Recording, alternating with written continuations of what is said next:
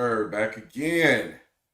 Kicking it. Thanks for kicking it with us again. MC and TR. We are the Black Phoenix Podcast.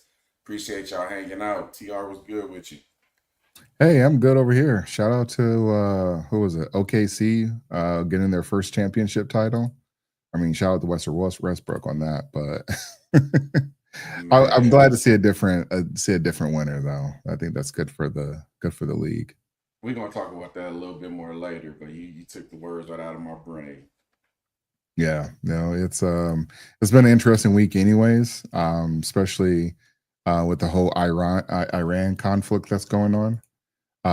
Any thoughts on that before we get the show moving? Yeah, I have plenty, but I've never seen so many Americans rooting for countries where they have absolutely no rights if they actually lived over there. I've seen so many Americans rooting for China, rooting Yeah. for Mexico, rooting for Iran, rooting for Palestine. I'm like, man, where's all this coming from? Like, y'all, you do know if you go over there, it's not going to be as sweet as you think it is, right? Like, y'all do know that. You live in a country where you can openly talk trash about it if you want to, but y'all getting a little bit ridiculous with these flying these other countries' flags. Yeah, I tell you this much though. So I'm gonna go a different direction. So I'm on your. I'm still, those people are idiots. They would never survive in Iran. But I can tell you this much though. I am tired of people just coming out here thinking that Iran or people trying to make the conversation that the U.S. shouldn't get involved. And to some degree, I can understand the U.S. not getting involved. But the problem that a lot of people are not understanding is Iran just can't have nukes. They can't have a nuke program. They can't have any nuke codes. They can't have anything related to nukes because they're gonna mess they mess the map. They messing the map up. That's what it is. Like people want to have this conversation about why the U.S. get involved. Blah blah blah. Even people that are Trump supporters having this conversation or that are conservative having this conversation. And I'm not all about being a warmonger and everything. Blow up everybody. But Iran is one of those countries. Hey, sorry, you just gonna have nukes. You took too long getting the nukes. You should have did it on Biden's watch. And honestly, that's probably the only thing that's keeping North Korea sustaining right now is the fact that Yep. they have them already. I'll say this too. Iran is fascinating to me. I guess we're starting with geopolitics. Screw it. I heard, I think it was either the Crown Prince of Qatar or Saudi Arabia called the Iranian leadership. He compared it to everybody's least favorite German. If you know what I'm talking about. I don't even want to say the name on YouTube. But the fact that you have other Arab slash Muslim countries that have smoke for Iran is it's a little fascinating to me. Yeah. Um, yeah, and I didn't even know that the U.S. had bases in Qatar. I didn't know we had that type of relationship with them. Yeah. But it's going to be interesting to see how this goes because Iran and Israel been hating each other since the beginning of time, and I don't know how you can fight an ideology like that. Yeah. You know that what it is, and everybody always brings up Israel this, Israel that. Yeah, yeah. Candace Owens, even Myron Gaines from Fresh and Fit. Like I get all of that. I understand that Israel has not been they're not innocent in any of this stuff. But at the end of the day, we can work with Israel. You know who we can't work with is Iran. And so, unfortunately for Iran, they just can't have the nukes. Now, for people, if you're questioning if the U.S. and specifically Trump and his administration, if they're telling us the truth, we're going to find out in a few months because according to everything that's been leaked and the people that are paying attention closely to this, we're going to find out in a few months if the bunker buster was successful or not. I mean, I'm listening to Trump, and hey, that's all the information they give us, and I'm not the one to say believe 100% of what's going or what someone says, but I understand. Like, look, if that's what they got for us and nothing else has been disproven, then all we can do is really wait because Iran is supposed to be set back at least what 2 or 3 years or something like that. So if they come back in a few months, then we know that bunker buster didn't work, and Trump administration is going to have a lot of things to explain if they got that nuke program back up and running. Right. I got a riddle for the chat and for you, TR. What do Hillary Clinton, Kamala Harris, Barack Obama, and Donald Trump all have in common? I mean, they all support Israel. They've all said that Iran is one of the biggest threats to the security of the That's true United too. States. But for some reason, and I bit my tongue on the socials this week because everybody is a political expert now. But it's just weird to Facts. me that y'all was all quiet when Obama and Hillary and Kamala said the exact same thing that Trump said. But it's an issue when Trump actually acted on something that the other three were just saying. Yeah. So that's weird to me. I agree with you. Trump better have receipts. He definitely better have receipts. Yeah. And Yeah. and and honestly, I like the fact that there were no leaks this time because there were previous leaks. There was You can one look at leak. Well, it there, hasn't been in the verified. possible one in the possible. They're Yeah. not verified. You're right. They're not verified. However, he did say that a peace agreement was reached. He did that too soon, and he shouldn't Yeah. have done that. But outside of that, I'm just taking notes, and we'll see what the receipts come with later on. Yeah. See, and this is what I got for all the people talking about, what Iran should be allowed to have nukes and everything. Anybody trying to wake up to this? Anybody trying to hear this alarm go off every single day? You think you try and do that in the US? You try and do that anywhere in the Middle East? Nobody wants to hear any of that stuff. That's what I don't understand about these people. Yeah, I get it. But part of being in the US, we can tell people who can have nukes and who can't have nukes now. Like we can't have that conversation with China or Russia and South or North Korea. We can't have those conversations. But all you new people, look, those people are grandfathered in. Everyone else, you can't have nukes. So, for the people talking about that are on, and they always say they're not on Team Iran, but they lead with, they should be able to create the nukes if they want. No, they shouldn't. Like that's not the conversation we're having ever again with Iran.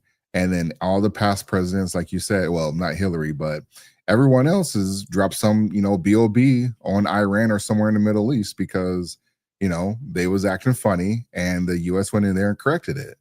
That's part of being the US. I mean, I thought it was pretty cool when Trump was explaining the bunker buster and the 36-hour flight. I thought that was a good thing, but I know some people feel some type of way. I don't care. I'm not saying I'm an expert by any means, but I ain't about the, I'm not on the side that wants Iran to be able to do whatever they want.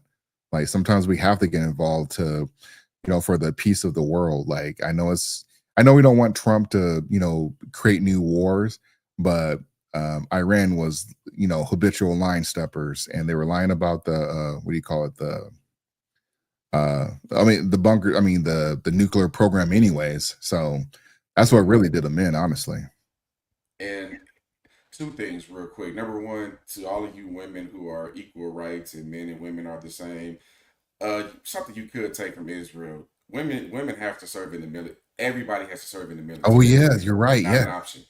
So Yep. if you're really about that equal rights lifestyle, you can take that example for Israel. Go ahead and push your local politicians to have women sign up for selective service too, like all the men have to do. Yep. That's number one.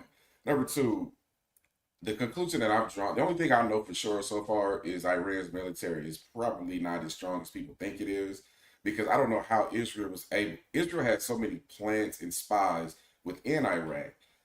Like those drones were internal drones. Like they had a facility within Iran where they were able to release all of these drones. Hmm. So that tells me that your counter defenses really aren't as great as you think, and neither is your counterintelligence. I think Iran might have been putting on the front this whole time. Yeah, but you know what? I don't think Iran was ready for that smoke either. I think Iran did as much as they could, but they can never put Iraq. I mean Israel. I don't think Israel was as strong as they maybe they led on to believe because the U.S. still had to come and bail them out. So Yeah. we'll like I said, we'll find out in a few months and see if the intel that was leaked out that said they weren't set back or if they were set back per the Trump administration. So Yep, we'll be waiting and yep. taking notes. All right. All right, let's get to the show and we are going to talk about some NBA. Did you watch any of the playoffs, MC? Yeah, I watched a lot of the playoffs. I enjoyed them. Some of the best playoffs I've seen in my adult life. Yeah, I saw a little bit. Like I said, it's good to see a different team win, but Adam Silver had some interesting things to say about the state of the NBA. So let me get this ready to go over here. Yep, good old Adam Silver. like, so we have two markets, as we've all been around for the last week in Oklahoma City and Indianapolis, that are completely captured by the finals. I mean, every store you go to, there's signage. Everyone, look at this concourse here. Yeah. Everybody on the streets is wearing the team colors. I mean, and I think I've been doing this for a long time. I don't remember being in two markets where it feels so dominant to have these games. Then as a media matter, it's interesting. Like, people compare us to 20 years ago, but for these games 1 and 2 so far are the highest rated programs in May and June so far on television. And if something beats us, it'll be another sports program. Back 20 years ago, we often didn't win the night when the finals were on. But the ratings, the absolute rating is lower now. But what's happening, people talk about in politics all the time that we're a divided society and people just want to watch their point of view.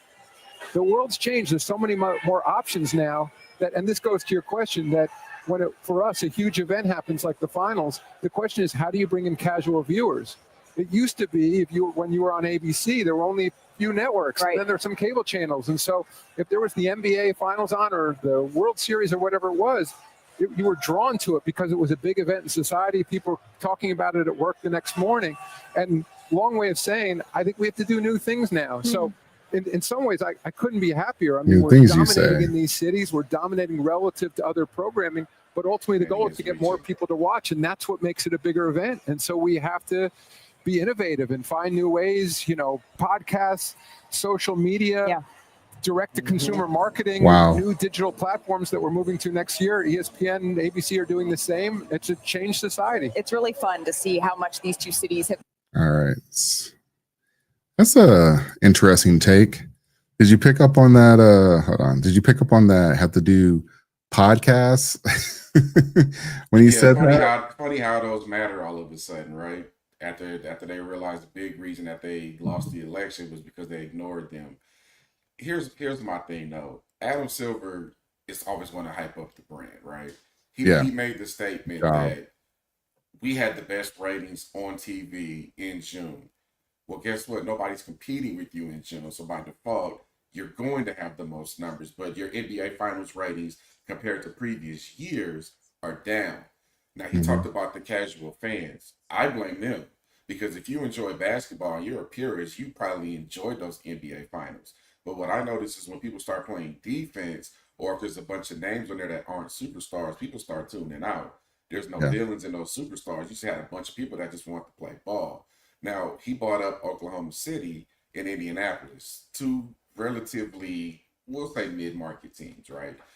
So the NBA gave me what I wanted. I wanted parity. I didn't want to see the same teams winning every single year. I mean, we saw this with the Greg Popoviches and the Phil Jacksons, or you can bring up the players' names specifically. But now the NBA is in a place where you don't need to be in a big market to be a champion anymore. I mean, Denver just won the championship a couple years ago. San Antonio won it not too long ago. So I got what I want as a basketball purist, but the problem are these casual fans. They're not watching. So how do you mix combining both of those fan bases and getting them to tune in?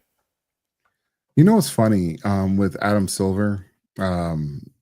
He brought up some good points about, I mean, he's a commissioner, so he can't be too worried about the league, blah, blah, blah. I get all of that.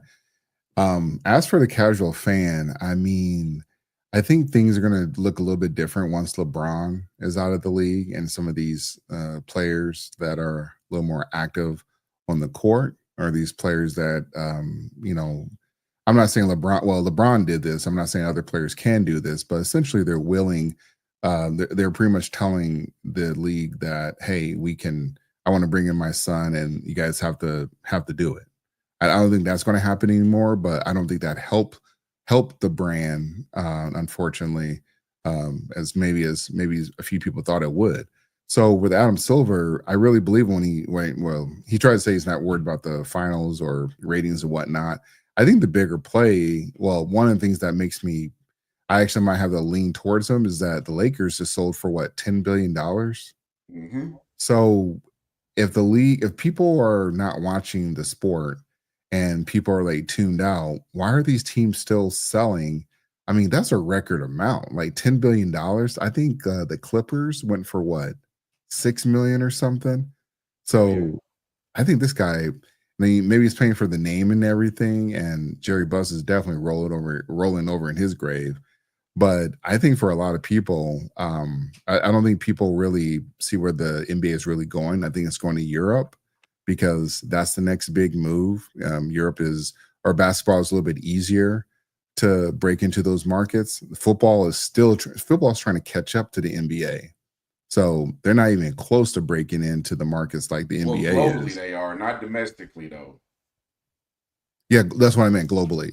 I meant, yeah, football is trying to Yeah, catch up yeah, okay. globally to the NBA. So they're trying to go there. So if these teams, and maybe they see something, maybe 10 billion, will look at this 10 years from now or 15 years from now and say that was a steal. And it's hard to believe at $10 billion, that's a steal. But guys got the money and whatnot. So I am a little perplexed by the finals being low, especially you got two teams like the OKC and the Pacers, and I'm sure a lot of people want to see the Pacers win, especially since Reggie Miller was all involved in everything. But unfortunately, even with OKC winning, it still wasn't enough to bring a lot of people there. So, but I don't think that's the play anymore. I think they're just trying to like elevate these players' brands because most of these top athletes they have their own podcasts. So, or they're appearing on other players' podcasts now. So, it'll be interesting to see what what the NBA looks like in another 10 years from now. But I definitely think we're not too far off from having a team that's overseas. And then you also have something else you got to look at too is that we're starting to see a decline in domestic players playing. We're starting to see more European-born players. I want to say like most of I mean not most, but there's probably a few of those OKC players they're probably not from OKC, but they're probably not from the US as well too. Yeah.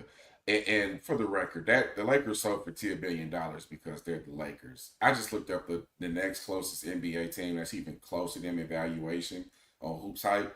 It looks like Golden State is just under 9 billion, but even the Clippers, Really? who are in the same town, are about half as valuable as the Lakers at 5 billion. So you're definitely buying a brand with the Lakers. I mean, you I'm got all really those surprised Golden championships. State's up there in value.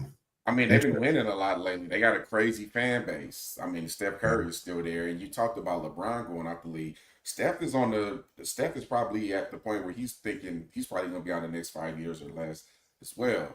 Yeah. And a lot of these new up and coming stars, people don't even know who they are. I mean, people know who Ant Man is, but that's more so because of his antics off the court, like the baby mama situation, just paying the meal and just being done with it. They don't know how much of a savage he is on the court. Shai Gilgeous-Alexander, he's kind of a chill dude. He's not going to win the PR battle. He's just kind of a chill guy. And I mean, you can't name the next top 5 stars coming out right now without some type of struggle.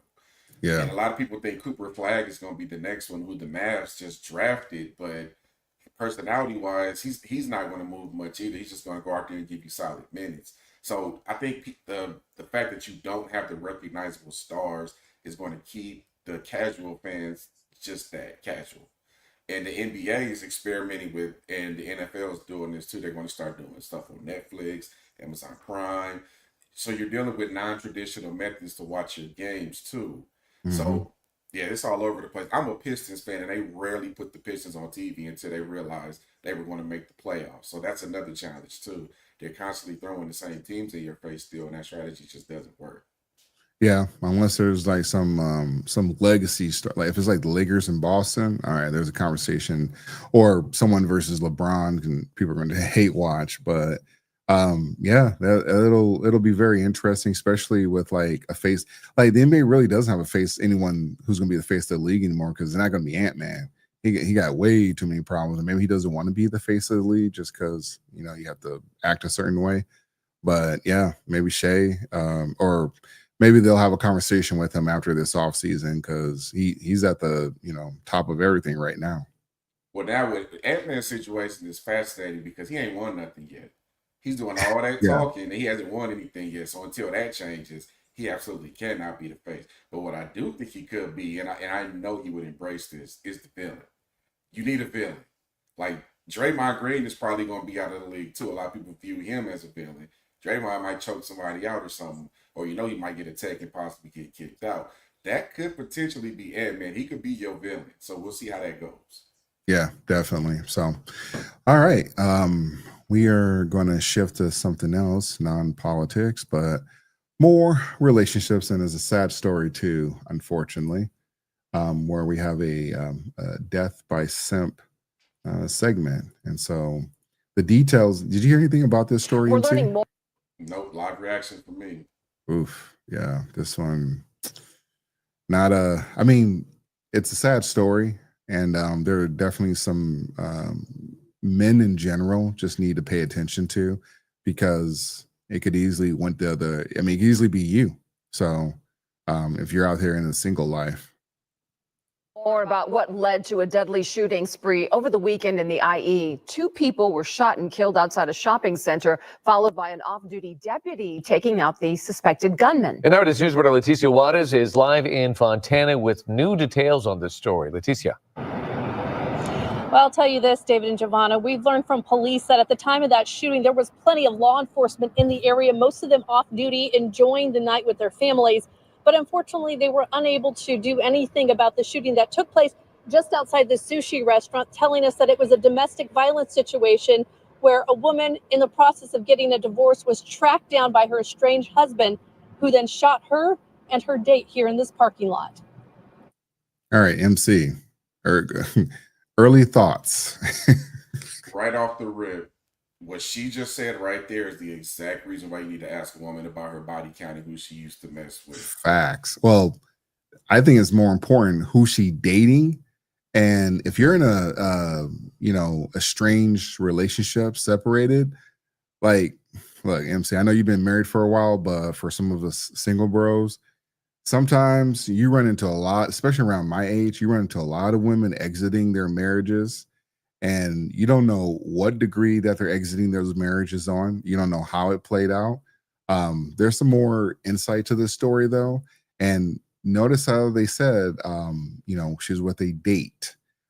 So I've seen this story play in 2 different places. And one said it was a business partner, and the other said it was a date. Call it what it is. That dude was clapping cheeks. Like, ain't no woman going to no sushi restaurant just to, oh, let's go ahead and talk business. That's a damn date. Like, come on, stop the cap on that. It certainly looks like one on the surface, that's for sure. Facts.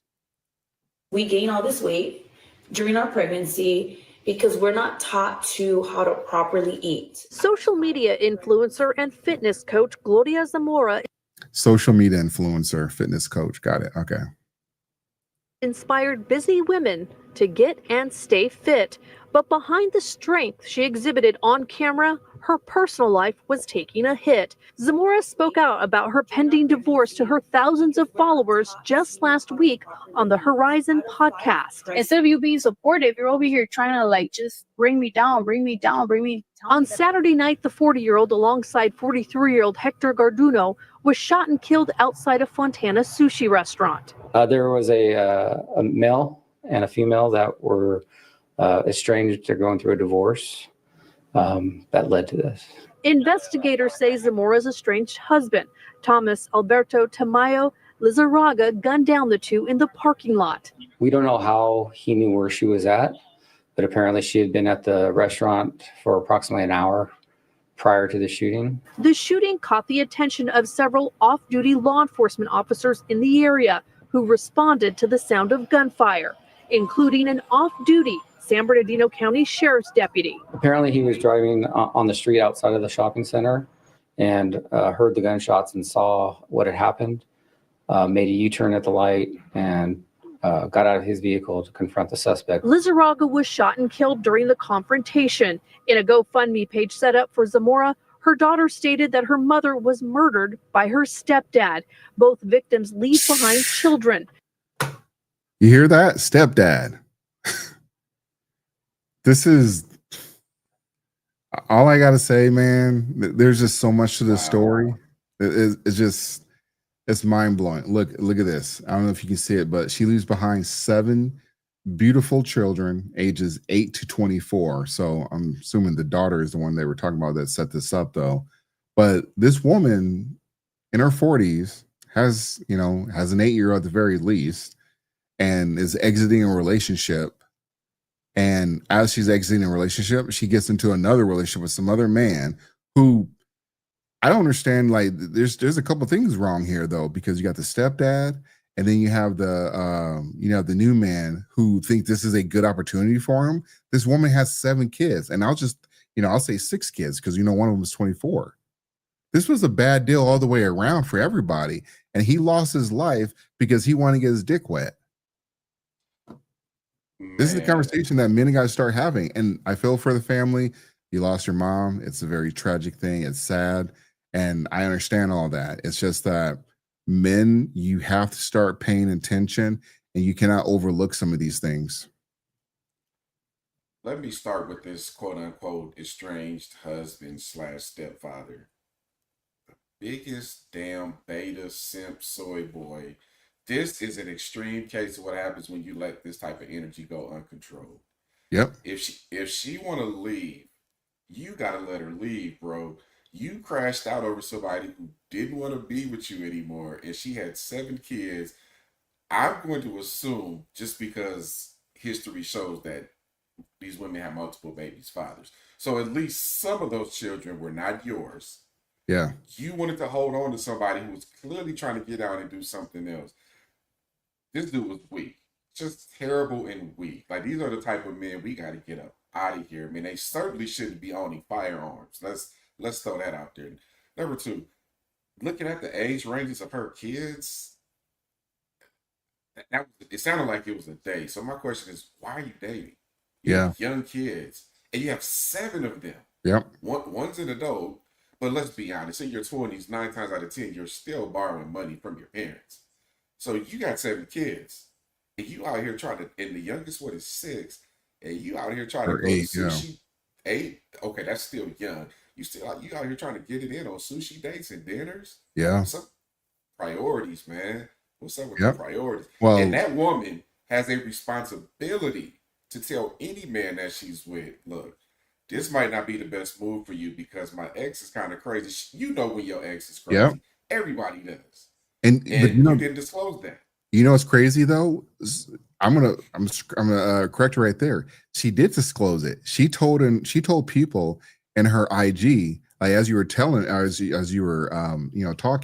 I just realized, yeah, she told people. She told all of her followers on TikTok or IG that she was having marital problems. And look, I understand that guy. Maybe she didn't tell him And TR, directly. that makes the guy that she was at the sushi bar look even worse Yep. because he knew That's- the dangers and he still wanted to get involved. That's He where was I'm so going. infatuated with her looks and beauty that he completely disregarded his logic and safety.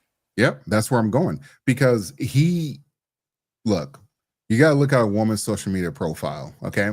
And this woman is a social media influencer, and just from the pictures or the videos that they showed, like, she's selling cheeks. Like, she ain't trying to uplift women or whatever the case is. She's selling ass. That's what she's selling. And again, I I hate to be saying this stuff directly, but that guy, he crashed out though, because I don't know well, I saw a picture what he looks like. He definitely outkicked his punt coverage with her. And she got her body back. She got back into shape. She started getting all this attention from social media, and it's mainly attentions from men. These aren't most of your followers, and I heard somebody say this. For the women that are, fitness coaches and influencers, blah, blah, blah.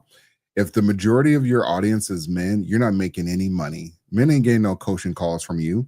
Men ain't buying no, recipe, any food recipes from you. They're not, trying to, how to manage your food or whatever the case is. Like, they're not doing any of those things. They're just looking at you eye candy, you selling cheeks and tits and everything. That's what it is. Like, men just don't do stuff like that. So for the new guy coming in, if she had a public persona like that, you should have known better. You should have been, it shouldn't have been like, oh wow, I get to be with this woman. No, you should have known that either the husband is estranged, is crazy, or she's gonna have some type of stalker that's crazy as well too.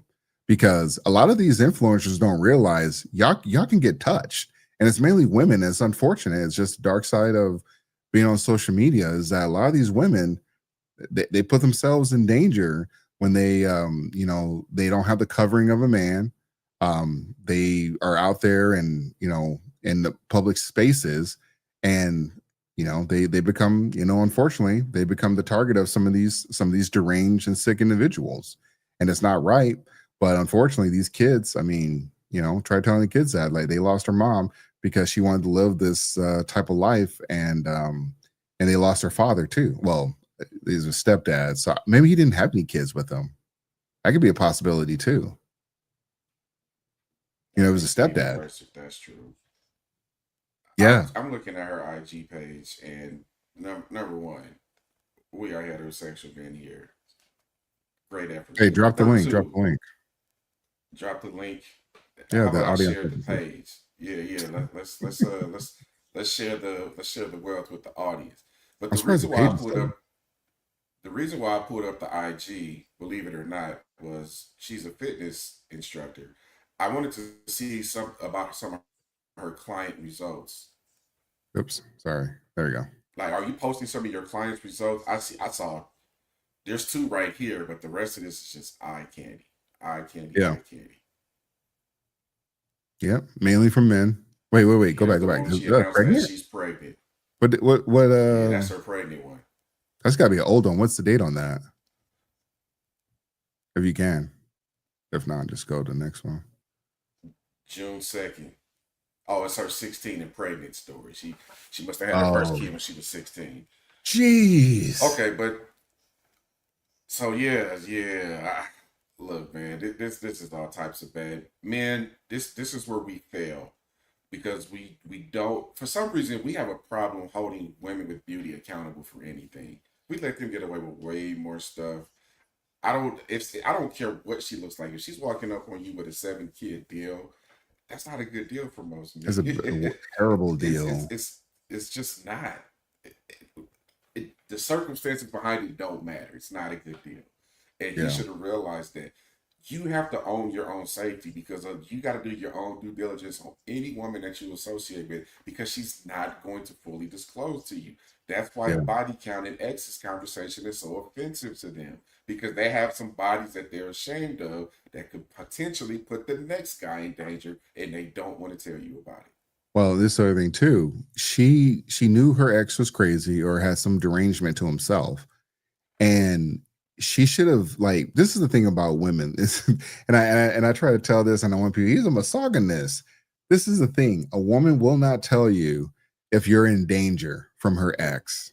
She will not tell you. And the majority of people, if we're going by statistics, the statistics say it's going to be someone close to you. So maybe your friend, maybe your husband, that's going to put your life in harm. Okay. Like, if you're in the close proximity and some other things that go along with it, they're going to be the people most likely do harm to you. She had a duty to tell that guy, hey, you get involved with me, this guy, your life is in danger. I know no man is putting his life, if man, especially a new man, is showing up and like, you know what, I'm going to ride with it. I can fight. Like, can you stop? Can you stop the iron? Can you stop? Can you stop that? Nope. And while you talking about you know how to fight, you better look at those ears and see if there's some cauliflower on there, because there's more and more people are into the martial arts nowadays too. Man, you better do your due diligence, man, and check out the situation before you act. We got to do better, fellas. A lot of these women don't deserve our energy like this. They don't. Yeah, like and MC, you've said this before though, where you have mentored men.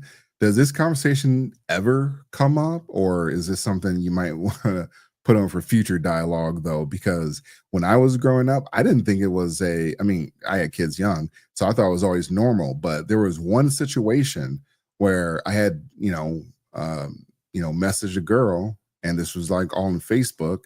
And so Facebook was a little bit different than it is today. Like, you can definitely see when people add new friends or it tells you they added somebody or whatever. And her baby daddy messaged me. He's like, hey, this ain't the chick for you. I'm like, who's this? Yeah. I'm like, what's going on here? Some weirdo stuff. Yes, weirdo, but these dudes is crazy. Dudes will crash out over these women, and they always trying to talk about, like, the red pill men or the red pill community. I guarantee you this guy was not red pilled, because if he was red pilled, he would have realized she's for the streets and they go get a new one. Like at the end of the day, he should have known that this woman was bad for him. And at some point he was going to lose this woman if he didn't like keep leveling up or at least push himself forward. But because he, wanted to hold on to this woman, and she's a good looking woman. I'm not going to cap on here. She's a very good looking woman. But at the end of the day, though, new men and he was a stepdad, they should not have been stepping into this situation. Now you lost your life. The mom lost her life, and the new dude lost his life. And so it's unfortunate. And a lot of men got to start understanding this. This story hasn't made its rounds or any. The story I feel like has made its rounds, but I don't think men in general are not paying attention to it because they're like, oh, I got nothing to do with me. I'm not worried about it. And it does. And if you are witnessing this just as a bystander, don't get involved, man. Call the police and be like, look, That's true too. Just so you know, I called the police. And that's it. You did your part. You don't have an obligation to be a knight for everybody who puts himself in situations like this. Yeah. It's dangerous in 2025. You can't do that anymore. I live in Phoenix, Arizona. This is open and concealed carry here. The first thing I learned when I moved here was if you are not armed, then you are behind. Everybody is armed here. You can't be out here messing around like that. You just cannot. You can't do it. Wow. Yeah. Nope. Yeah. It's a tragic story, and hopefully the family can move forward. I don't know where the GoFundMe is at though, but hopefully they get the goal that they're looking for. So and who pays for all of this? TR, the kids. The kids are the ones who suffer. Yeah. And I'll say one more thing too, is that I know a lot of people, and I've had the conversation with friends as well too, is that do you stay in a bad relationship, or do you move forward, or do you try to get out of the relationship? And we don't know if this guy was, if he was abusing her to what level. And I didn't watch any of the videos, but I think at the very least, if you got that many kids and you got especially a man that wants to be in your life and help take care of your kids, I feel like you got to work that out. You can't fall into, getting this new attention, because that's when it started, when she started get back into shape, and this woe is me mentality, like women are not taught to this, blah, blah, blah. Women should not be listening. Well, they're not going to be listening to her, but people like that, women should not listen to, because you don't know what life that they're wrecking to get to where they're at. And that is what's going to wreck a lot of people's homes, because they never tell you. They try to tell the, once you get to the end, once you get to you complete the task, they don't tell you about all the people you had to destroy on the way up. And a lot of times it's the husband, the boyfriend, the stepdad, and that becomes a problematic situation. And the kids, at the very least, are always destroyed. So, a lot of lessons to be learned, and I hope people, watch this and take this to heart, though, because it's a conversation that men need to be aware of and think, is this a good deal for me? She has this many kids, has a crazy ex. Do I engage? And on the surface, people say, no, you wouldn't. But we see, Simps deleting all these men. The time, those white knights. Yep. So, all right, we are going to jump to Joy Taylor. Oh, Joy. Yeah, she's definitely in the news, and not in the news for. There's one thing she's in the news for the. Hold on. If she's in the news for the situation with, Charlie Dixon, pause. But nope, nobody even talks about that case anymore. It's like it never happened, that she was willing to Me Too some guy in order to move up, or she slept her way to the top. Nobody talks about it in that conversation anymore. So must be fun to be Joy. Must be fun to be Joy. Yeah, pun intended. So anyways, let's go. I said when Angel and Caitlyn got into it in the championship game, and Angel did the ring thing, I said, this is the Magic Johnson, Larry Bird moment for the WNBA. Like, this is great. I'm a storyteller. I think storylines are so fucking important. I think you need villains. I think you need heroes. Mm-hmm. You need shit to sell. You got to sell a fight, like brand all of this. Mm-hmm. And it upset white men to watch this strong, winning, unapologetic Black woman be in their, it be in Caitlyn's face. In their savior's face. Yeah. And they still cling to it. And it's now like spun to this whole thing where like Caitlyn's better than Angel and blah, blah, blah. I'm gonna stop it right there. There's actually a white guy in that room, and this clip is from Joe Budden because Joe Budden likes to he likes to strike these videos. But there's a white guy in the video in that room, and he allows that dialogue to just walk. He doesn't push back on anything. He doesn't try to say like, "Come on, like white guys are are upset with her." Like that's not even the case. Like I hate when people go this route of saying, when it comes to Caitlin Clark, it's all the white bros. First of all, there's plenty of women that love Caitlin Clark as well too. Plenty of white women, plenty of black women, plenty of Asian women, Asian men, all types of people like Caitlin Clark. The problem with Angel Reese, and I'll let her, get back to her busted, reasoning. But the thing with Caitlin Clark is she didn't need Angel Reese. She didn't need to be someone to be a villain for her. She was always going to be a star. There's just nobody was like killing it in the college level as much as doing it to the high level that Angel Reese, or not Angel Reese, but Caitlin Clark was doing it. All these people were with people started to show up like they say about Caitlin Clark fans. They started to show up like Angel Reese fans. But you fast forward to today, Caitlin Clark's jersey is selling off the rack. They have these sellout crowds, and we're not talking about at home. We're talking about when she visits other teams, they have the sellout crowd. So if it's really about that hate, there's plenty of other people that they could have been hating on. Caitlin Clark is, they could have been upset with. Like Angel Reese is a non-factor. If Angel Reese was like spectacular at basketball, I think you might have a conversation there. But Angel Reese really isn't. It's actually depressing watching Angel Reese. Not depressing, but Angel Reese, they're struggling too right now. I know Fever is struggling, but the Sky, they're really struggling. They actually might get their coach fired this season. And it's all because of, they're trying to placate the Angel Reese. And again, like I said, she might be onto her second coach. So Joy was partially right. Partially. I'll give her partial credit. You're right, and you're right too, TR, in the sense that Caitlin Clark does not need Angel Reese. Her fan base was there and growing no matter what she did. Right. She lost that championship game in college to LSU and still walked away with a larger fan base. So no matter what happened, Caitlin Clark was going to be fine. Now, the problem is the WNBA, whether they know it or not, needs some type of rivalry and some type of villain. So technically, you could argue they need Caitlin Clark and Angel Reese to need each other, but it hasn't worked out that way. I don't think Angel Reese is equipped to be a villain. I've seen little people chipping at her, and I see it starts to get to her at times. You have to give 0 Fs if you really want to be a villain, and you got to stand 10 toes down and don't care what anybody thinks.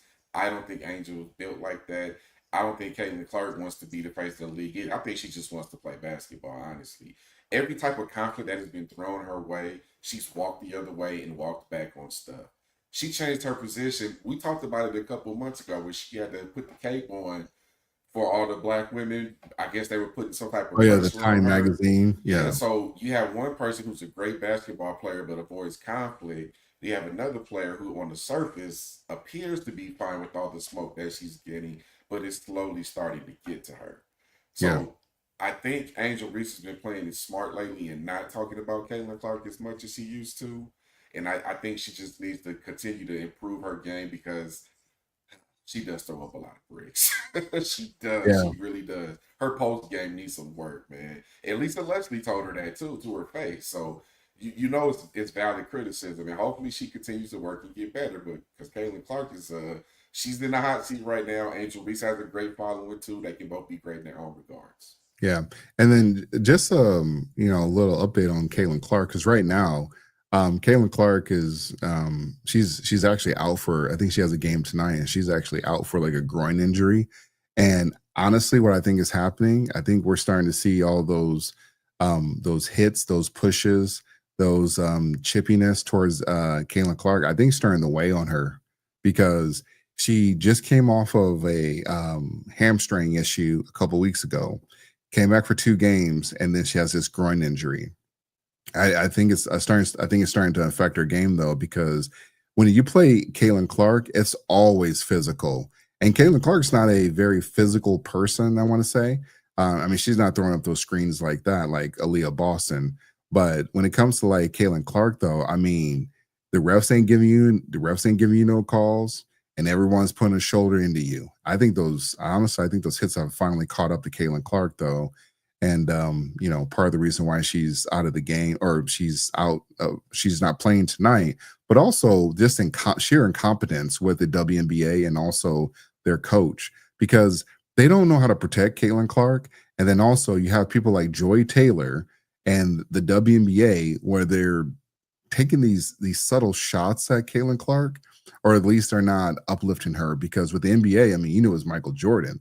They was always uplifting Michael Jordan, and then they uplifted some other people, but it was always Michael Jordan. Like, he's going to the next level, or he's going to propel the game forward, and also globally.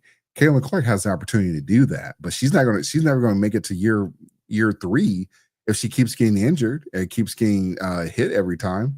Like, she might be one of those players that, like what happened with Grant Hill, like, expected to do great things, but injuries, took a toll.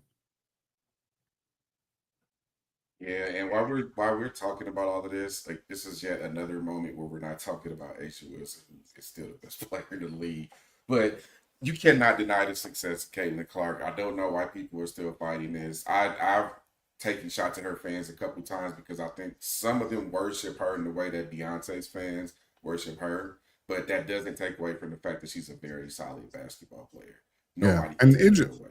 Yeah, and A'ja Wilson. By the way, I just posted an article, TR. The last time Caitlin Clark was hurt, ticket prices dropped by 71%. Oh yeah, yep. So yeah, the Caitlin effect is real. Yeah. I just said we would not be talking about Caitlin Clark the way that we do if it wasn't for that moment with Angel Reese. And I will die on this hill. I will die on this hill. I was with you until I will die on this hill. Yeah, see, there he is. I will fight this war. Chill out, yo. 300 let me ask you a question. Does Caitlin have a rivalry with anybody else other than Angel Reese? Or a perceived rivalry? A perceived rivalry. 17% of all flagrant fouls last year went to Caitlin Clark. Okay, that's not what I asked. Crazy stat. That's not what I asked. He said when to Caitlin Clark? What does he mean by that? I believe he said that 17% of all fouls committed in the WNBA were against Caitlin Clark. I believe that's what he meant to say. Is that true? That's crazy. I gotta look that up. Yeah, we gotta have to validate that. I don't know about that one.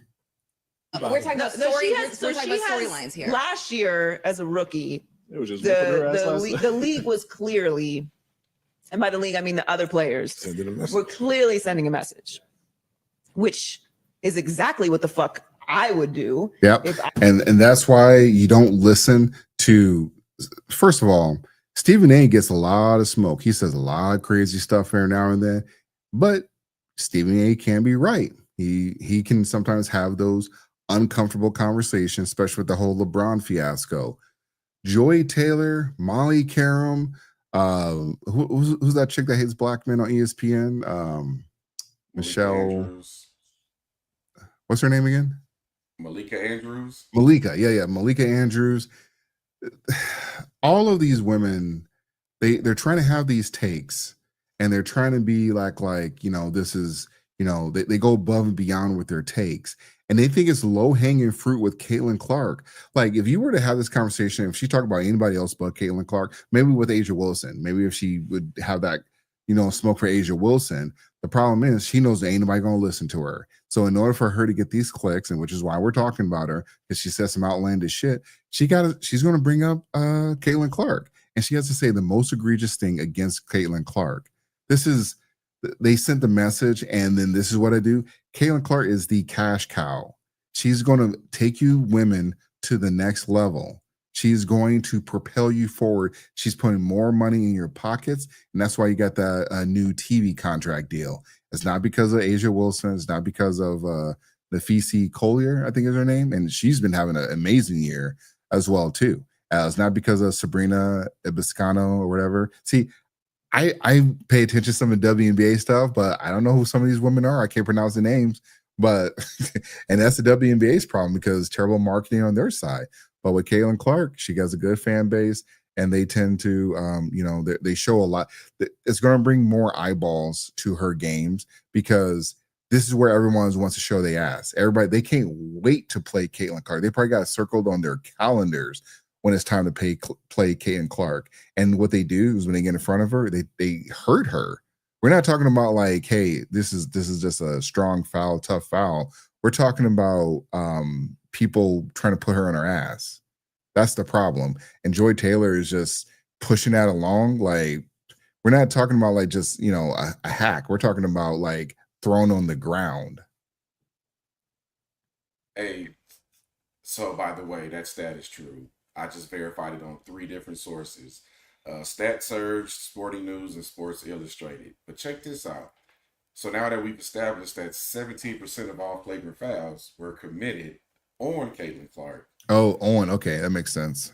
Do you want to take a guess on which team the majority of those fouls came from? Oh, Chicago Sky. It was definitely the Chicago Sky. Okay, we have a problem here, y'all. We have a problem here because shit. Now we have statistical numbers in front of our face that's showing clear bias. Yeah. Wow. There's a number of WNBA players that's trying to get Caitlin Clark up out of here, even though she's gonna help y'all make some more money. So y'all shooting yourself in the foot again. Yeah, there's some other stuff that's going on the Fever team. If we got time, we might cover it. But the WNBA just has like a huge problem, and it doesn't help it when you have these types of people. And it's not just Joy Taylor. There's a bunch of like these simp ass men that are out here trying to make a name or trying to like throw dirt on Caitlin Clark's name. Like they don't do it for anybody else. Caitlin Clark is the only one they throw dirt on. I mean, they don't throw dirt on fucking Angel Reese's name. Angel Reese is always talked in high praise unless she's like talking to Shaq or Lisa Leslie. Like, and they're not even like throwing dirt on him. They're just telling her how to take her game to the next level. But everybody else, they go out of their way to, say these disparaging things about Caitlin Clark, and they act like everyone else has been angels in the, quote unquote, or I mean, pun intended, in the league towards, been nice to the Fever team, and they surely haven't been. I mean, some Andrew Reese just a week or 2 ago, just said like, I heard some racist remarks. Come to find out, after an investigation by the WNBA, there were no racist remarks. Yeah, we could clearly read Brittany Griner's lips to see what she Muted. said. But look, damn near. Oh, how am I muted? MC got some technical problems. All right, can you hear me? Am I good now? He's gonna probably have to come out, but all right, I'll be right back. Yeah, 1 second. All right. I'm gonna click here. So, other things that's going on with the Fever team is their coach is having some trouble coaching, Stephanie White, and then also they just waived a player on their team, Dewana Bonner, who was a player who played for Stephanie White, their current coach, and she just flat out quit on the team. And this is a situation where the WNBA wants to be you there, MC? Yeah, you got me now? Yeah, I was just telling the folks about the Dewana Bonner situation, though, and I'll go more into that detail. Hold on, before you go into that, TR, let me say what I was saying while I could. Yeah, go ahead. I'm still shocked by this stat because they're essentially saying 1/5 of all flagrant fouls were committed on her, right? Yeah. Like, at this point, you got to start asking questions about potential, like, organized assault. Like, this is not a stat to be taken lightly. Like, and we really got to like think about this, man. Like, what reason? And you know what? I'm just going to say we've already proven in previous episodes that black men were the biggest watchers of WNBA before these young women hit the league, right? So you can probably deduce, based on Joy Taylor's comments, if you agree with her partially, that it's kind of black women that have all this smoke for Caitlin Clark. Now, I'm gonna hold you accountable there, MC. What do you mean? It's not just black women. It's also white. It's all majority lesbian women that have a problem towards. Well, I would say I think it's majority because I know Angel Reese is straight, but I think it's majority lesbian women that have a problem with it because who is it? Dino Taurasi. She disliked Caitlin Clark. She would never say anything good about Caitlin Clark, Well, and they she have only that. They have that culture. Y'all remember Candace Wiggins? She's been accusing them of this for years. Yep. And and I'm gonna mention it just a little bit.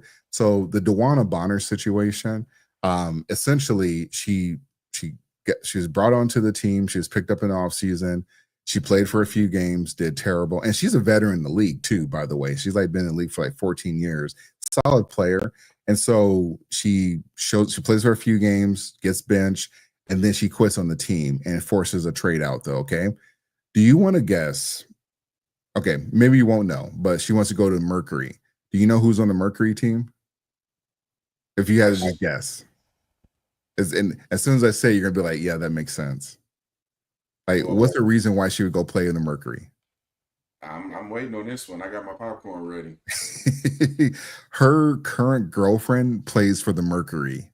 Oh God. Yeah. So and I know we had this conversation a long time ago about the female players wanting to play on the team along with their person that they're dating or who they're married to, blah blah blah. I think that's a recipe for disaster. If I'm the WNBA, I would outlaw that because you don't know where their allegiance lies, because this was a problem on the Fever team last year during the playoffs. Well, one of the players that they were playing against was dating the opponent. And so if these players want to quit teams just so they can play with their love interest or scissors pal, this is the thing. You can't allow it to happen, unfortunately. They're gonna have to get rid of that because it's too easy to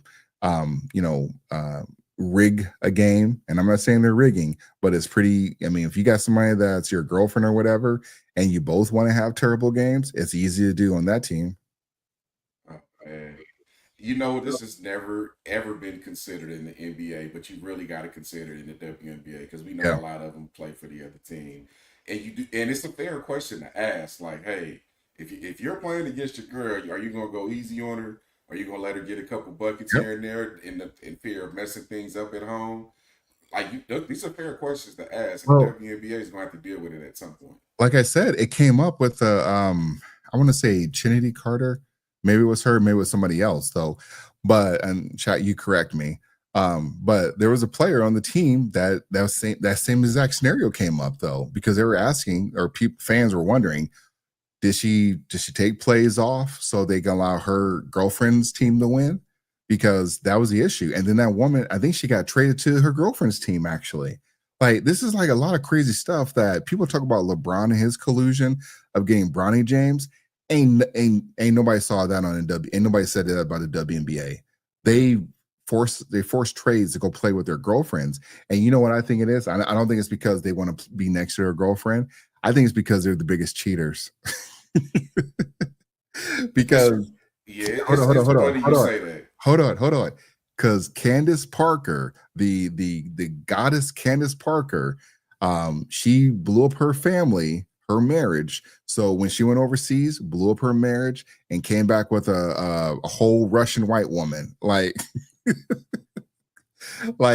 nobody nobody gives Candace any smoke. She's a black woman, married to a black man, had black kids.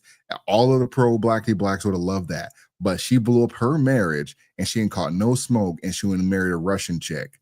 Like, there's no conversation. And that's the conversation. So I think for a lot of these players, I think they're extremely jealous because what's the stat about the DV rate? It's the highest amongst them. So I was just about to say that divorce and DV is the highest amongst lesbian couples. Yeah. So there's a conversation to be had there, because I think she wants to go play there, or they want to play together because they don't trust each other, or at least around all these other women. I mean, have you seen Sophie Cunningham? Sophie's straight too, but still. Yeah. And there's some sites, by the way, that say that lesbian divorce rates are almost 3 times higher than every other segment. But we'll have that conversation another day. Yeah. So, unfortunately for the Joy Taylors, the people having that conversation about CC needed Angel Reese, it's just nonsense. They just say this stuff for clicks and likes, just to put it out there.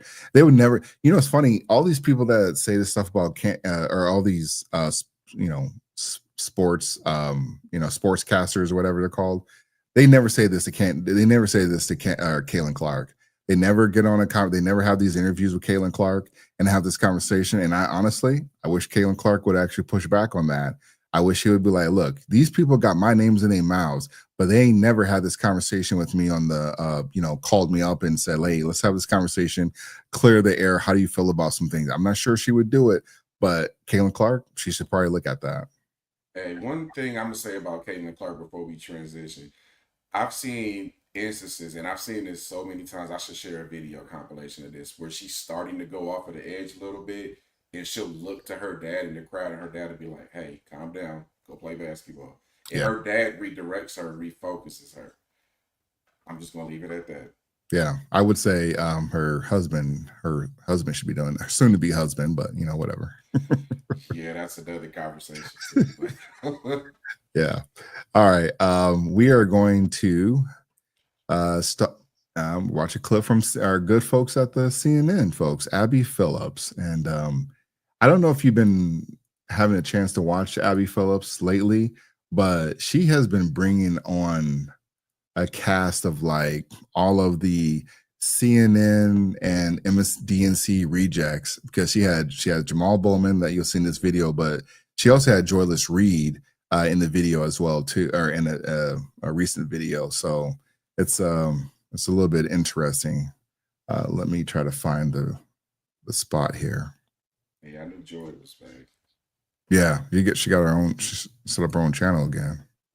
Disappointing to see what politics has become in this moment, to have to deal with regular death threats where I'm told that someone is going to blow up my car and is going to kill me and my family and the people that I love.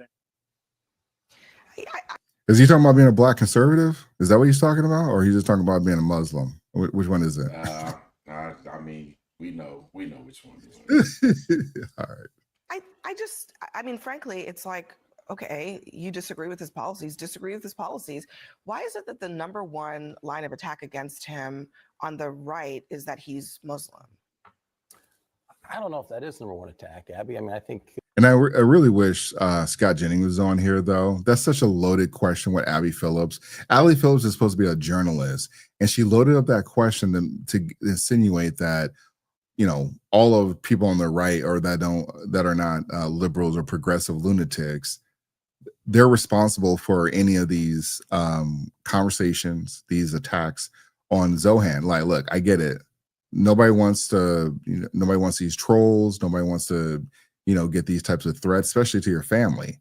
But at the end of the day, you get into politics, that's just the nature of the beast. I'm not saying it's right, but if you guys don't want it, then you better learn how to get a thicker skin or figure out a way to change the laws.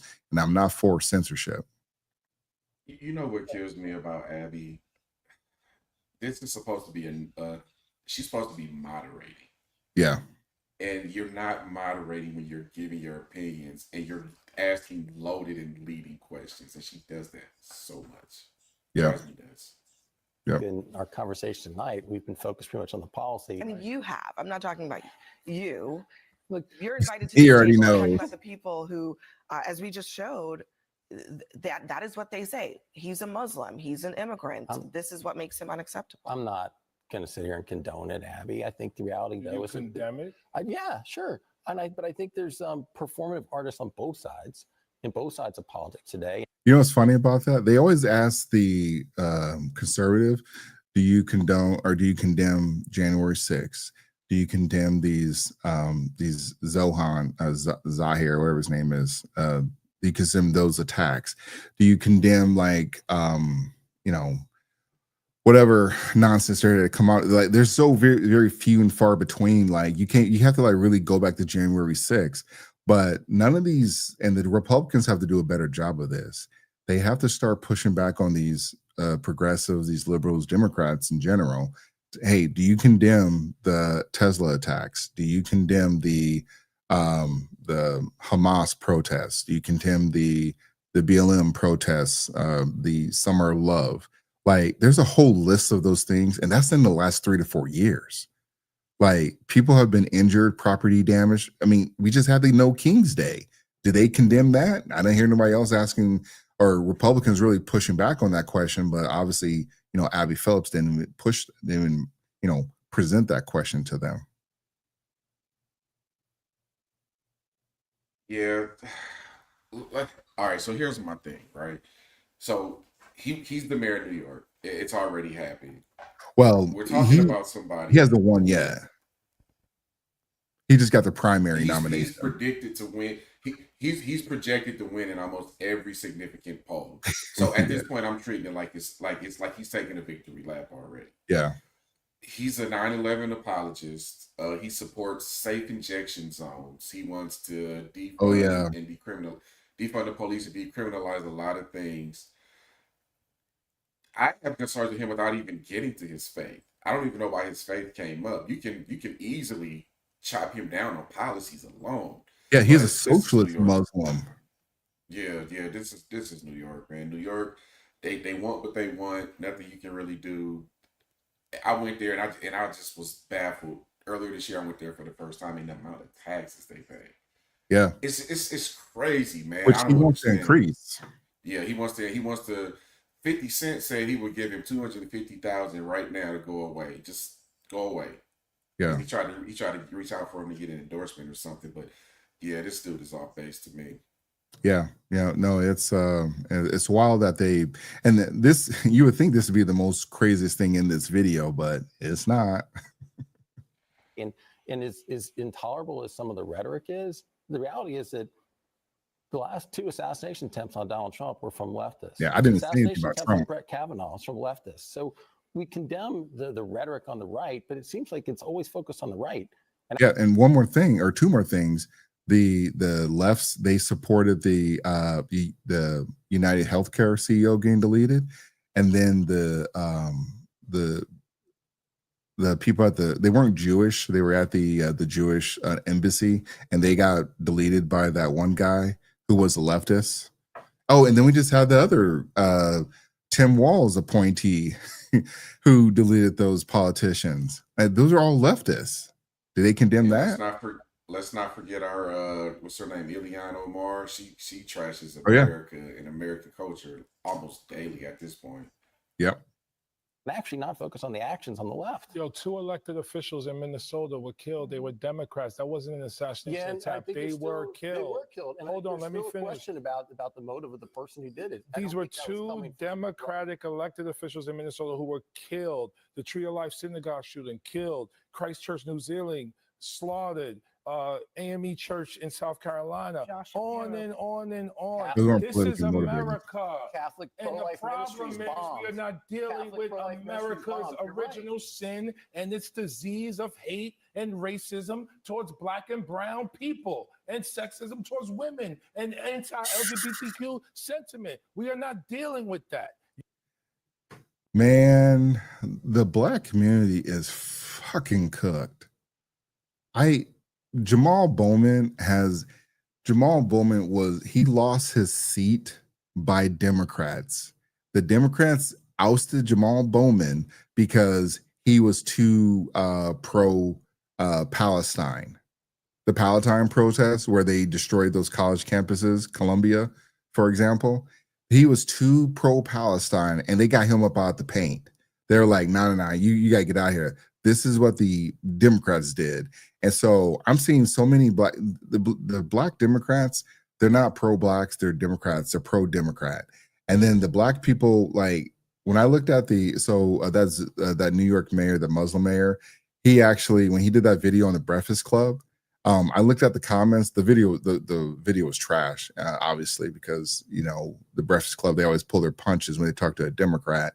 But I looked at the comments, and the majority of their audience is black. So many black people are on board with this nonsense. This guy is bad for everybody, and specifically black people. And Jamal Bowman doesn't help. Jamal Bowman gets on here, pushes out this rhetoric like, you don't think white Democrats have been good for black people, or at least been good for the Democratic Party?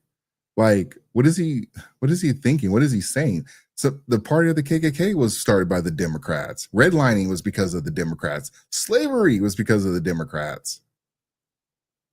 When people make statements like this about this continued hatred of black and brown people, what do you want? Like, what would make you happy enough to stop talking about this subject? Because Right. it's probably something that doesn't make any sense. Don't sit here and tell me that DEI is the solution we've already proven that benefited white women more than anybody else, and non-binaries and LGBT folks. It's not DEI. Are you saying you want reparations?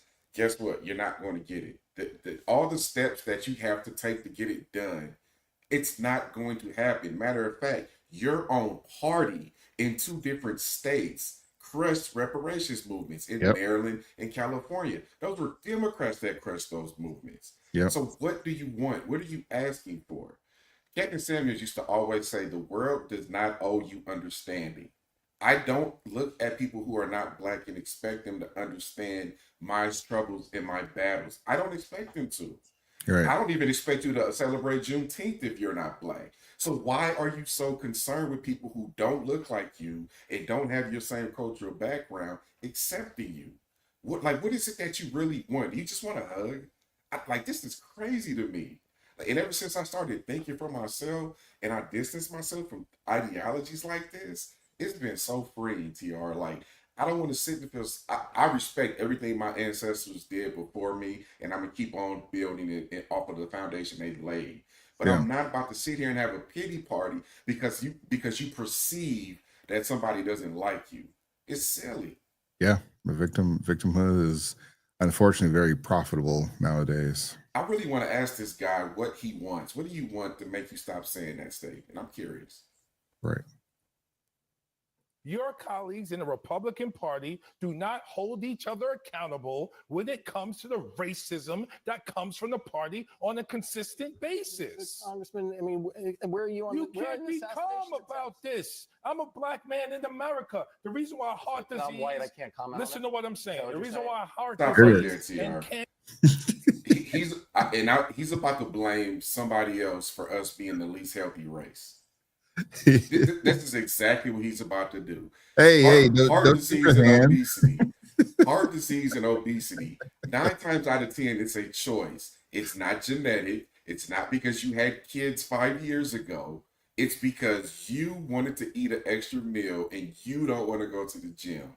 Right. You would rather focus on things outside of the gym or martial arts or yoga or just going for a walk around your block. These are all personal choices. We are the least healthiest race, and I'm here to tell you it is nobody's fault but our own. Yep. Period. Cancer and obesity and diabetes are bigger in the black community is because of the stress we carry from having to deal with being called the N-word directly or indirectly every day. If your colleagues would listen and try to learn and engage and grow and stop being so hateful, we could have a better country. Jamal. But unfortunately, we're still here. Jamal, it's coming from one. Jamal, I feel your passion and I understand where you're coming from sincerely. I really, really do. It happens on both sides, Jamal. You might think it happens more on your side. Jamal, when I leave the show, work with people like this. See my Twitter feed. I got a question for you, Jamal. Hold on, pause again. I grew up Baptist, TR.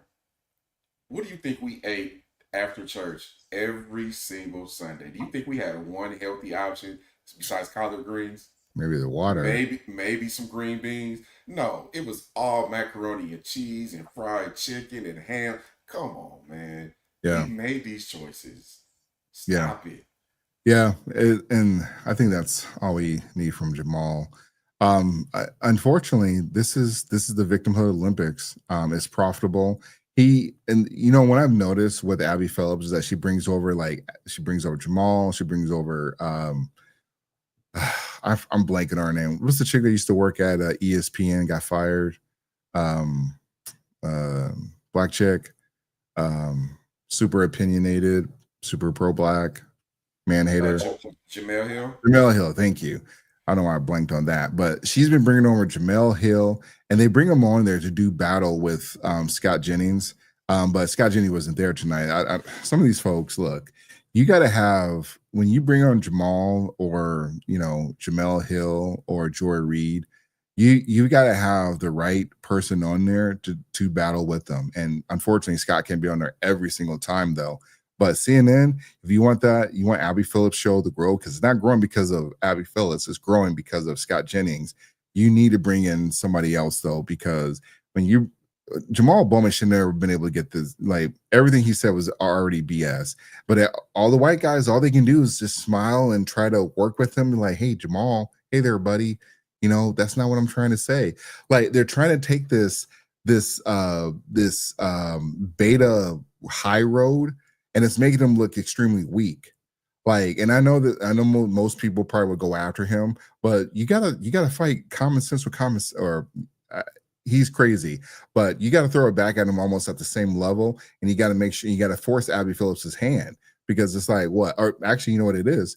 They got to bring on a black conservative. They need to bring on Byron Donalds. That's who they should have brought on there, and had them duke it out though, because Byron Donalds is very opinionated. He is not in the victimhood of Olympics, and he does not try to say like, hey, because of what people said to me, it hurt my feelings, and I couldn't move forward in life. Byron Donalds has done pretty well for himself, and maybe he'll be the new governor in Florida.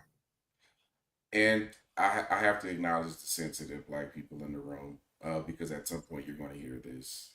I need you to understand, I'm going to say this again. We have everything we need right now to be great in this country. Every single thing. We just need to fix our families, start focusing on group economics. And if you think they hate you as much as you say they do, build something yourself. Yeah. Honestly, though, this is going to be a wild take, though. But when it comes to the black community, and then also really Democrats, because they're kind of all over the place as well too. But it kind of reminds me of Israel and Israel and Iran or Iraq, because they're all trying to, be the loudest in the room. They're trying to destroy each other. And really, they don't even need to do anything like that. I know they're fighting over the Holy Land, and I get all of that. But until they have everything they need to do, they can get along together. They just refuse to get along together. They want to fight this out. And that's what the Democrats do. They just want to fight Donald Trump. And then after you remove Trump from the equation, they fight amongst themselves. They still fighting. That's the crazy part. The the black community getting on or supporting Zohar. I don't know if there's ever been a Muslim candidate that a lot of black people got behind, but the Democrats did such a poor job of running a candidate, and they actually have a black mayor right now, which is baffling to me that they want to get rid of their only black mayor.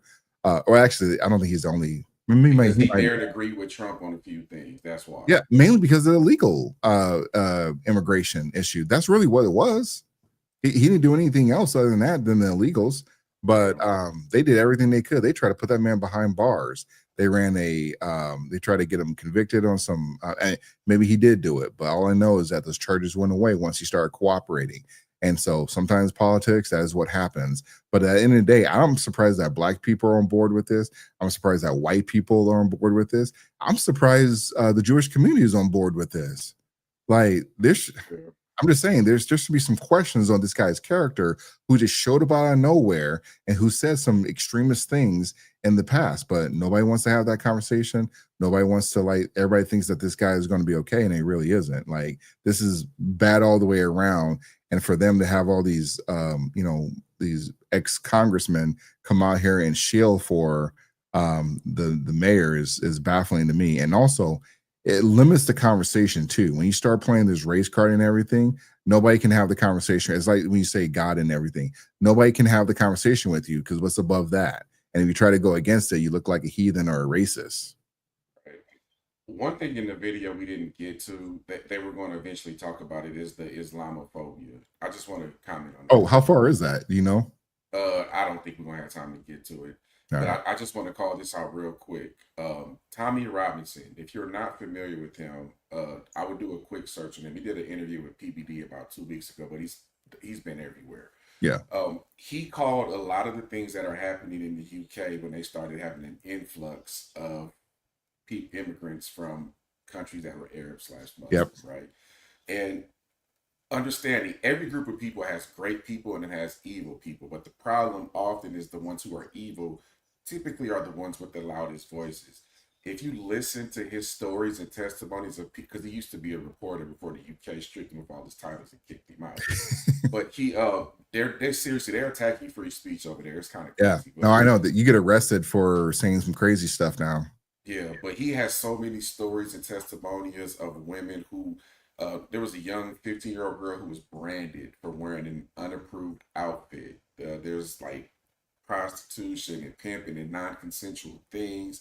And it came along with some of those evil people that came along with some of the good ones, right? Yeah. So when he started calling all of this out, what do you think the liberals did? They right away accused him of being a racist and tried to take credibility away from him, because if somebody calls you racist, people tend to believe it without doing the research. Oh yeah, yeah, no evidence. It's like the Salem witch trial. Like, you're a witch, yeah, you're a racist, like, because you're white. That's it. It's almost like the Me Too movement as well, and there were a lot of those people that, don't get me started on that. But anyway, look into some of his stories and some of the people that have testified that he is telling the truth, and you'll see, man, you really have to be mindful of when you bringing in other like cultures into your country, because you have to acclimate to a degree, particularly legally. You have to acclimate. There are laws for a reason.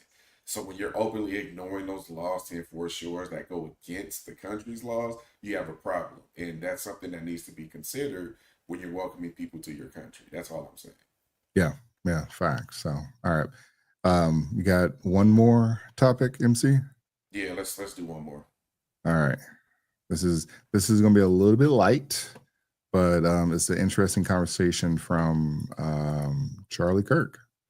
So let me get this queued. Whoops. Doing it live. Are you pulling that up? Oh, you got it. Okay. All right, there you go.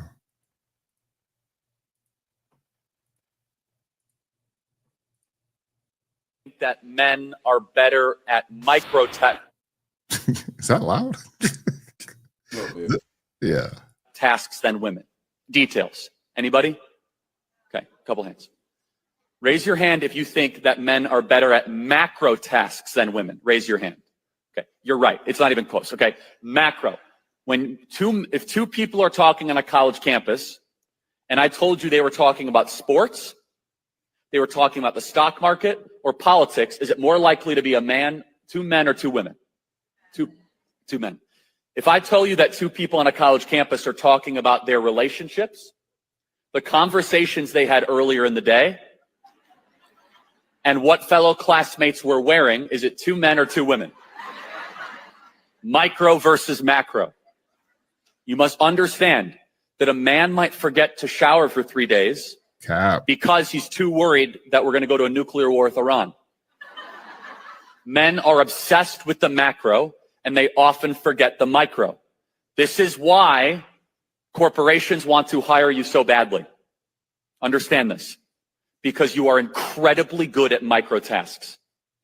That is why young women have been so well paid in the corporate environment, because when it comes to getting details done, women are much better than men. Know male nature, and you'll be in a much better chance to find your future husband. Raise your hand if you think that. Whew, MC, you want to knock this one out the park? Yeah, so obviously I agree with that video, except for the forgetting to shower for 3 days. You wild if you forget to shower for 3 days, but that was just an extreme example. Women are incubators, right? And men are, and a lot of women get offended when I say this, but we are actually the ones that we're the birth givers. The women incubate and execute, right? Mm-hmm. I'll use a story as an example. We just bought this house a couple years ago. We were in a smaller house before then. There were some things I didn't like about our current house, and I knew I needed a bigger home office. So I go to my wife and I say, okay, it's time for us to get another house. We need more space. I set the budget, and I set some of the things that I need in the house, right? So I set the overlying macro metrics. She does the micro stuff. Like, she cares about the size of the kitchen, the color of the cabinets, does it have a water softener, stuff like that, right? That's micro stuff. As long as it falls into my budget that I set at the macro level and my parameters, I'm cool. And that's exactly how it goes. Like, I speak the dream. I'm the chairman of the board. Y'all can be the CEO. You can run the house as long as you realize I'm the chairman of the board. I'm going to set the metrics and the goals. You can do the micro on how we're going to get there if you want to, as long as it doesn't conflict with anything I got doing. And that's generally how it goes. It's wired to be that way. If you give a woman your seed, she's going to incubate, and her body is going to do the micro activations that, the DNA and the gender and all that stuff. Her eggs do all of that stuff, and she's doing the micro functioning. You're doing the macro. It's the exact same concept. Yeah. So in spirit, I agree with some of the things he said. Obviously, the shower thing was a bit wild. He chose a very extreme example. Thinking about nuclear war, he should have said something. He might refer to like a date or something, or has to do something in the household, like forgets to take out the trash or something. I don't know. That would have been a little more applicable, because I watched that whole that was just a clip, but that was like there was a bigger conversation. There's a longer video. But Charlie Kirk, though, the part I don't he told women a couple things. The one thing was the whole micro thing. Yeah, I do agree women can be good as micro in the micro situation, but I think men are just as good or even better at the micro situation. But for the corporation, which is what he elaborated on, he said that's why companies want you. The part that he should have went a little more into detail, maybe that wasn't the place for that video, or for that conversation. What do we know that's coming down the pipeline in the next 5 to 10 years when it comes to these micro tasks, these office jobs that they can hire anybody for? What we know is that AI is taking over. Those women are going to be out of the job. That's why he should have elaborated, or at least had additional conversation, because you've been doing so great in this world, and now you're about to get replaced, though. So for a lot of the men in the macro, when they have this conversation about, hey, where AI is going, and what we need to do some things a little bit different around the family, or we got to bring in some type of other different revenue. That's what the men are great at. And then when it comes to like doing the micro stuff, you can have the woman delegate and everything, but you're gonna get hit by a train letting her delegate, or if she wants to delegate, or whatever the case is. And I'm not saying that this is a case for all women, because there are definitely some good women that can be amazing CEOs, but it's very few and far between, unfortunately. And so for a lot of these the women that want to climb into these spaces, again, like I said, they're going to get hit by a truck. AI is the truck. And then when it comes to like these relationships, because he said this at the end, and I wish I found the rest of that clip to kind of see where he was going. But he said, if you concentrate on the macro, you'll be able to. He said something like, "Find your husband." I'm paraphrasing actually, but he said, "Defend your husband." Wait, say it again. He said, "Defend your husband. If you can concentrate on the micro and understand the macro, you'd be much better at defending your husband in marriage." Defending your husband? Yeah, defending, yes. Oh, okay. Actually, I thought he said something a little bit different though. But okay, if that's what he said, then yeah, then that's fine and everything. So when it comes to like Charlie Kirk, though, what I've learned is that a lot of these conservative these conservative brands, they're terrible at relationships, though, because like I said, I watched that whole video, and Charlie Kirk gave some good advice and he gave some bad advice. These women wanted to listen, they wanted to go to him. Honestly, they needed to listen to a Kevin Samuels. They needed to listen to like a CGA, though, because Charlie Kirk, he's just recently married. He has 2 kids. I had to look this up. He has 2 kids that were born in the last 2 years. Charlie, you don't know anything about marriage. I'm sorry to say. You ain't been married for like 5 years. You haven't not been married for like 10 years. You ain't been divorced. I'm not saying you got to be divorced to help people out, though, but there's some insight from a divorced person that people need to listen to and pay attention to.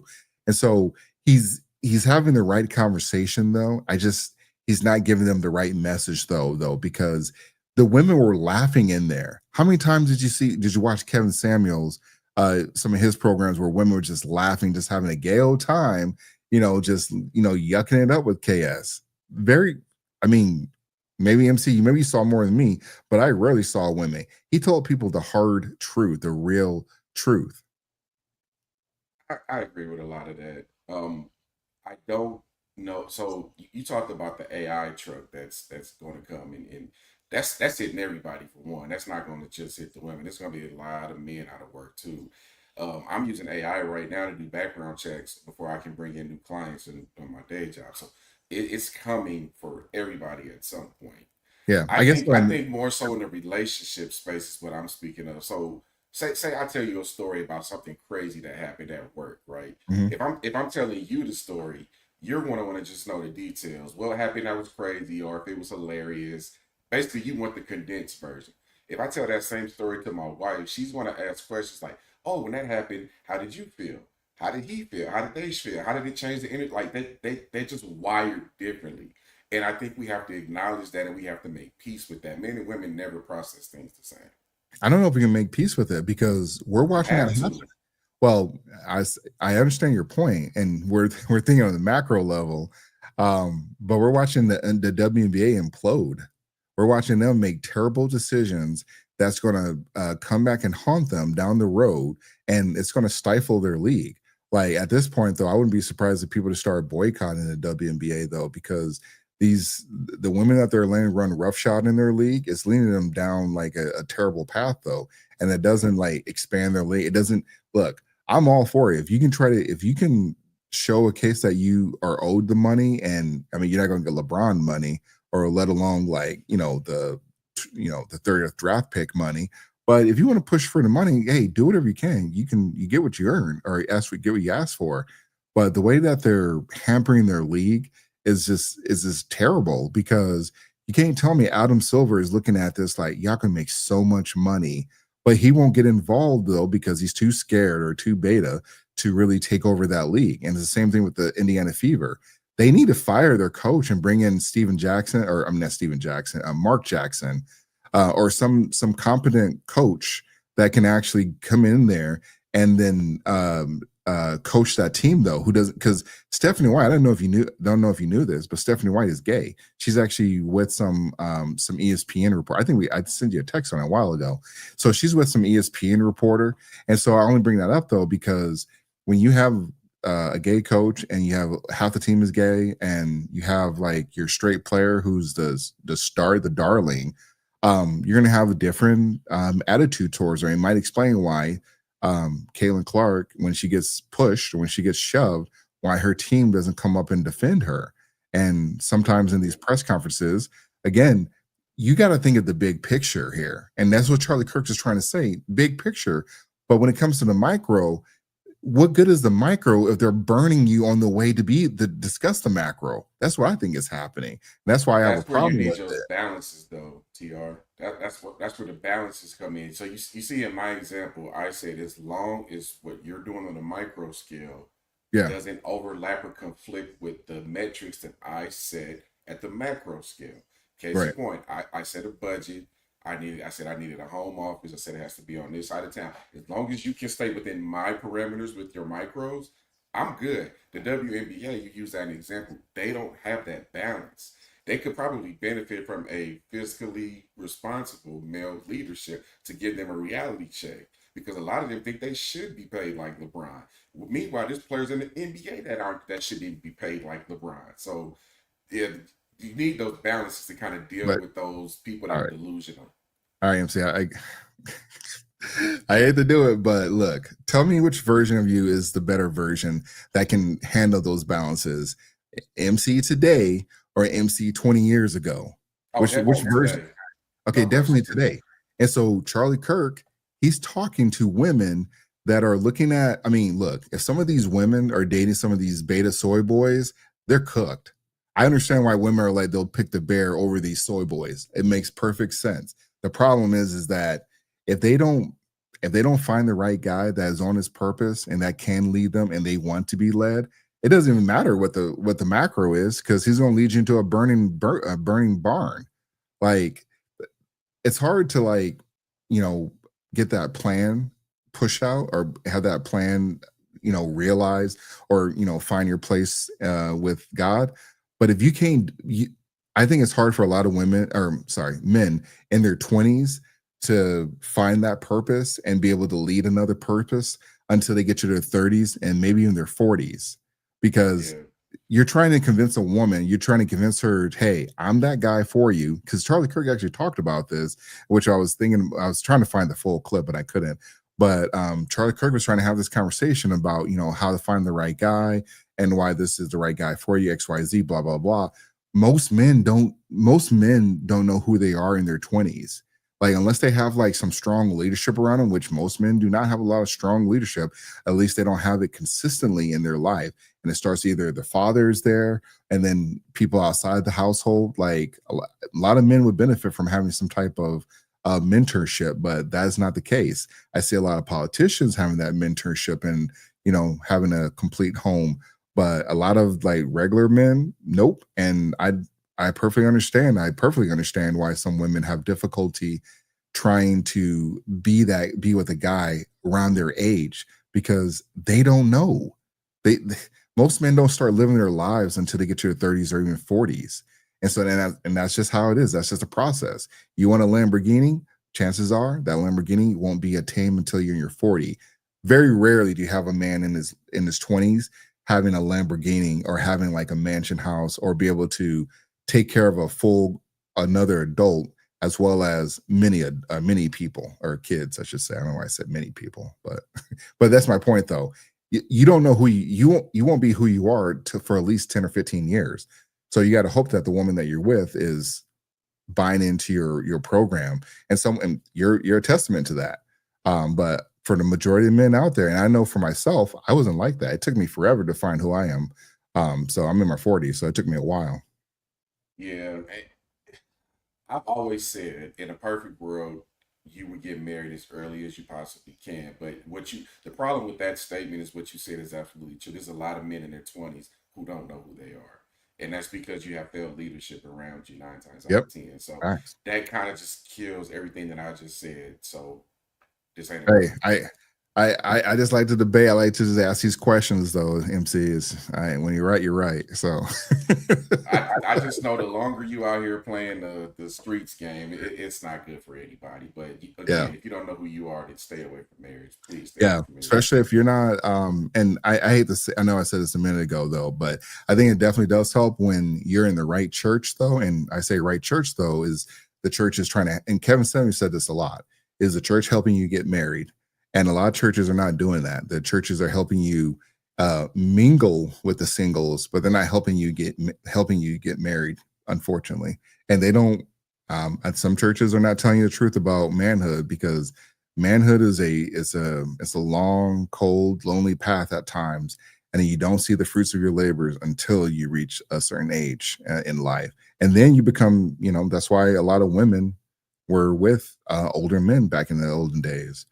But nowadays we're thinking like, hey, party it up, and 35 you start having kids. Nope. You just reminded me about something. We might have to add this on the agenda for next week, but my pastor's actually been going viral for the last couple of weeks about. For good things, I assume, right? Let's talk about it offline. It's going to be a controversial conversation, I guarantee it. All right. You Well, just reminded me. All right. Well, we will pencil that for next week then. So it was a good show. I'm glad we got a lot of stuff discussed. I wish we had some more viewers on here, but that's how it normally goes. We'll probably see the people when I clip this up, though. Final thoughts, MC? No, just happy to be here, man. Your boy was sick yesterday, but I'm back at full strength. But we'll be back cooking next week. All right. We'll see you next time, everyone. Peace. Peace.